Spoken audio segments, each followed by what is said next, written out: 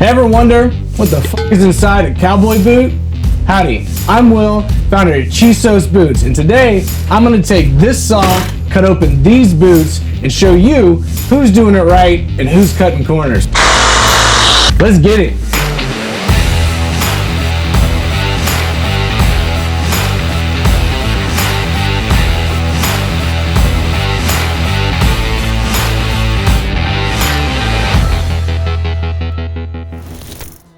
When I set out to learn the boot making process, one of the first things that I did is I took my boots and I cut them in half. And I saw what was inside, and I started to see that, some guys were starting to cut corners and other ones were still using the old school methods, but they weren't necessarily comfortable. But it was a big part of my understanding of how a good boot is assembled. And so today we're going to do that on camera. We're going to cut open 3 boots from different makers and find out exactly what each one is made of.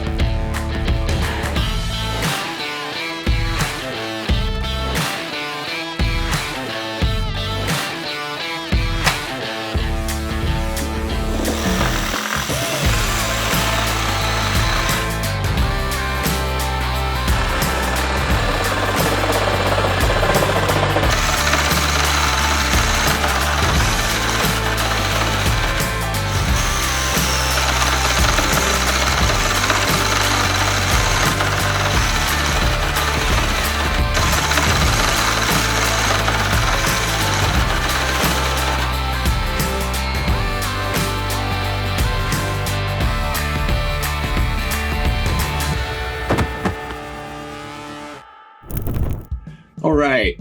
Now, what we have here is a boot that's going to run you about $200, $230. This is an entry-level handmade boot. And after we cut it open, for the money, it's not a bad option. One of the things I like about it is it has a hung lining. It is just a bovine, lower quality lining, but it does go all the way into the footbed area, into the foot cavity. That's a nice touch. It's gonna make it a little softer than what maybe you're used to. They've hidden the seams on the inside, but that's probably where most of my compliments are going to end. They're not using a full leather heel counter. Now, the heel counter is the structural integrity focal point of a cowboy boot. This is why they last for 40, 50 years, is that leather will give and take, and it will reshape with your foot over time and allow you to re-sole the boot, almost infinitely. However, they're using just a layer of Celastic here. I think it might be a double layer for that hardening. So what that's going to do is it will conform to your heel the first time you get it, but then it's not going to reconform over time. It's going to become brittle. And the problem with that is that as you use your boot, that lack of elasticity will then actually crack. And once it cracks, the boot's shot. You can't use it anymore. You'll probably get about 4 to 5 years of use out of this boot, which again, for the price isn't bad. But it's not going to be, one of your boots that'll have some sort of heritage durability, 40, 50 years. You won't be giving this to your grandkids in your will. So I might recommend this boot for city use, but I wouldn't if you're actually going to ride your boots hard and maybe use them every day or do some work in them. Now, as we move down the boot, we do have a full stacked leather heel. Then that is capped with a rubber end cap. Again, this is very standard these days, and it's a good touch. It gives you durability and support, but you're also getting some traction there on the heel. Now, when we cut through it, you can see here that they're using compressed cardboard, I believe, here for some of the main body. They do have cork in the footbed, which I like to see. There's a single layer of foam, which is essentially all that you're going to get in terms of cushioning, and that's covered just simply by about 1 millimeter's worth of leather. Again, so it's a standard cowboy boot. You're getting a little bit of support, but there's real no cushioning of any kind here. Now, one thing I want to take a closer look at is the shank. When we cut through this boot, I was a little surprised at how easy it was to cut through this. And now that we've got it open, you can see why. It starts out as steel. This is of course half of the shank, but it's a little thin to begin with. And then it's dipped in some sort of a resin, a synthetic here. So you're not getting the full strength that you might get from something like an 18 gauge full steel. So again, great for a city boot. I don't know that I would use this or recommend it if you're going to wear your boots hard, as the durability is going to be a little lacking here. A couple other things to point out is that, I can tell that they're using a canvas ribbing here to connect the welt to the rest of the boot. Again, standard in big factory made boots, but it's another point of failure if you're going to be using these hard. So overall, verdict on this one is that it's a decent boot. You're getting your money's worth at $230, but it just isn't going to have the durability you might expect from a higher end product.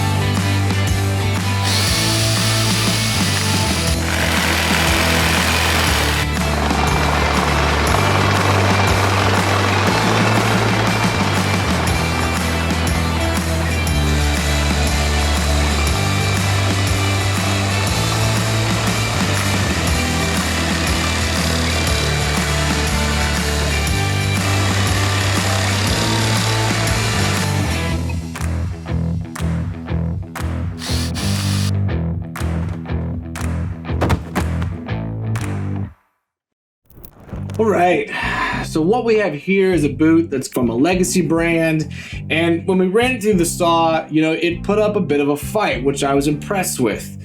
Now, the upper here is glued in. You've got your stitching that goes all the way through. You've got your exposed seams and stitching on the inside, which typically don't like to see.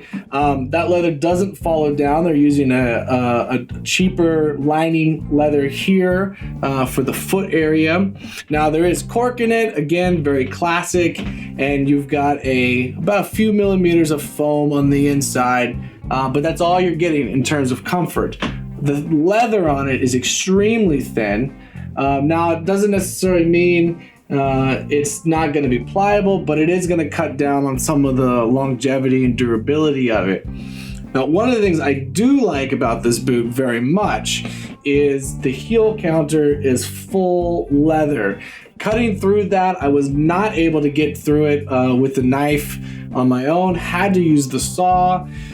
So that's absolutely a good sign of a boot.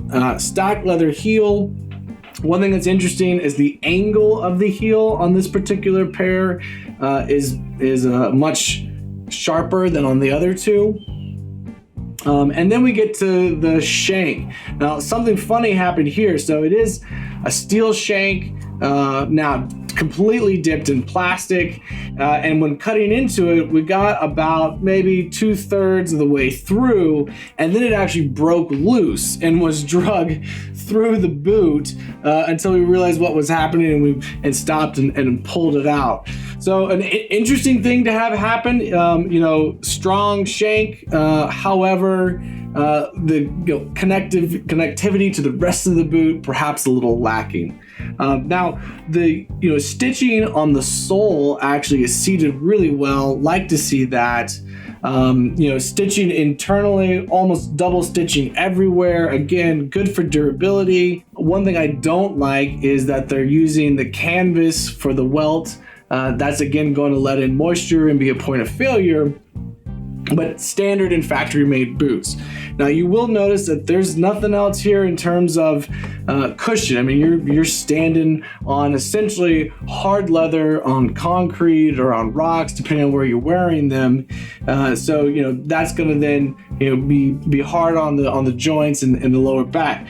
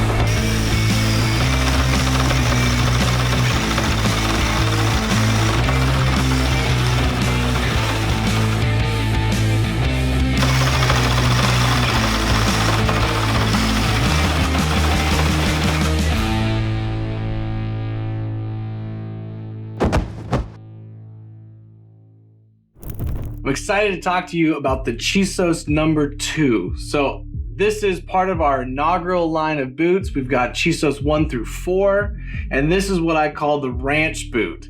So we've designed it to be absolutely comfortable, but also durable, just like boots of old, to combine to be the perfect everyday work boot, as well as a boot that's classy enough to wear out to dinner that night.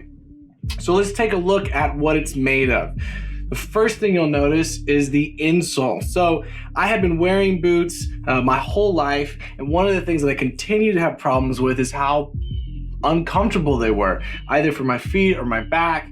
And so that's what I tackled first. Is we've learned a lot from the athletic industry over the past 40 to 50 years, and so I poured that knowledge into this. You have 11 millimeters of comfort and cushion.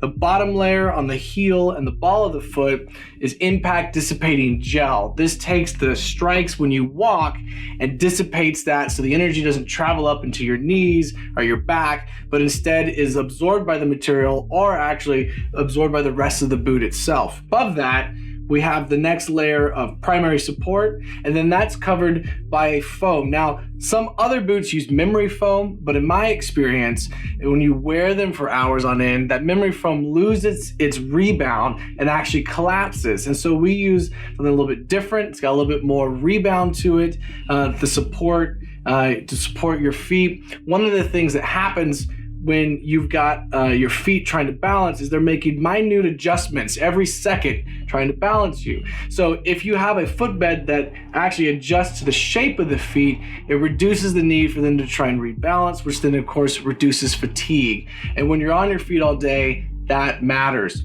That is then covered by premium leather, just like you would expect from a traditional boot. It's going to have natural antimicrobial properties, as well as look and feel the way you want your boot to feel.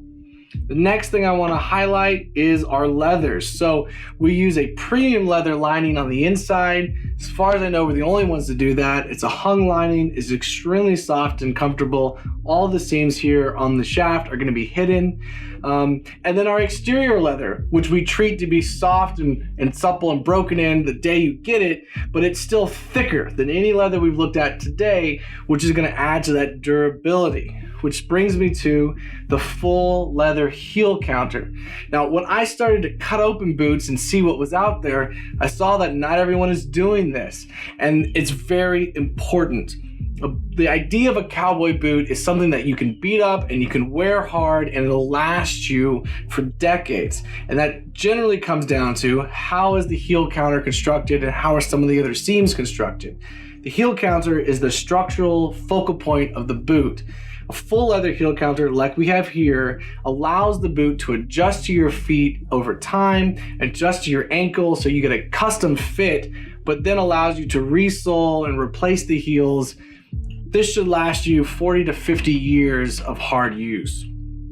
As we go down, you can see that we've actually used cork, traditional cork bed lining, arguably unnecessary because of the insole, but didn't want to cut any corners. We then have an extra thick interior vegetable tan leather traditional insole. Now this is something you'll see on boots made 40, 50 years ago. Not so much today, people are cheapening them, but we wanted to go back to the old ways. This means that if you pulled our insole out, you could actually wear this boot. It's got everything that a normal boot would have in it. A couple of things I want to point out on the durability aspect. Traditional channel welt. Now we're not using a canvas rib that comes pre-assembled off-site from some other location. We have a small workshop and there's just a few guys who still know how to do that hand channel weld into the leather insole. They peel it back, they sew leather to leather. It's extremely durable. It also cuts down on the moisture that gets into your boot, overall adding to a better experience and a more durable boot. Now, one thing I want to point out here is that the shank on this boot almost threw my shoulder out trying to cut through it. It's 18 gauge steel, and you can see here, this is just half of it, and it's extremely strong. This is going to be the strongest shank of any of the boots that we looked at today. But that again means that you can beat the hell out of this boot and it can take anything you can throw at it. So overall, when I was putting this together, I was essentially solving my own desires, which is that I wanted a very comfortable boot that I could wear all day, in the city to meetings, but then I could turn around and I could take it out to the ranch and I could beat the hell out of it. I could walk across rocks, I could do work in it and it could take that as well. The thing that sets Chisos apart is we've gone back in time and looked at the most durable ways of boot making, and we've married that with the past 40 or 50 years of knowledge gain in terms of how to build comfort into footwear. And the combination of these makes the best damn boot that's on the market today. Thanks for watching. You can find us at chisos.com on all the social medias, and we still answer our phone. Y'all take care. We hope to hear from you soon.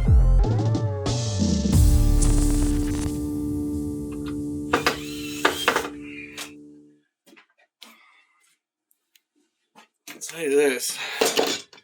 Casey and Chisos are in a class all their own. Yeah? This is nothing compared to what Tacoma's was like.